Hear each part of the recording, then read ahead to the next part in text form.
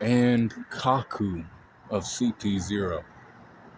Used to be a former CP9 member, and then he went to CP0 because he's one of the better agents, for the world government. He went to Egghead Island as well. He was kind of trying to follow the rules. He was like, "Hey, man, we need clearance before we can, challenge, Straw Hat because he's an emperor." He was reminding Lucci of that. Lucci wasn't hearing it because, Lucci kind of, remembers fighting against him, at Eni's lobby, and their fight was, in my opinion, was like one of the probably the best fight Luffy ever had. And that was the first time they fought, but this time wasn't like that.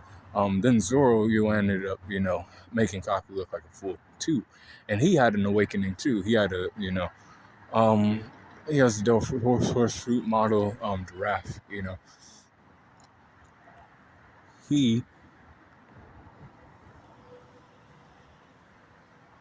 didn't do too well in that fight, and then he was kind of like not really showing that he's, a key player there. Like, I wouldn't say he was one of the ones that, people had to fucking worry about. You know, he's, to me, he's close to Sentomaru's strength. Sentomaru and him would have a decent fight with each other, in my opinion. But I do think that Kaku's a little bit, more powerful than Sentomaru. Because he does have the 6 powers, 4 swords, and the power of draft, and awakened draft too.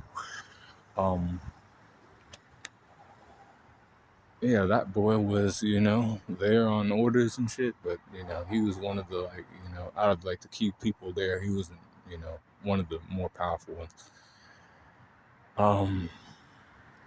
Yeah, so that being said, our boy Kaku, his strength is at 87%, with his speed at 89%.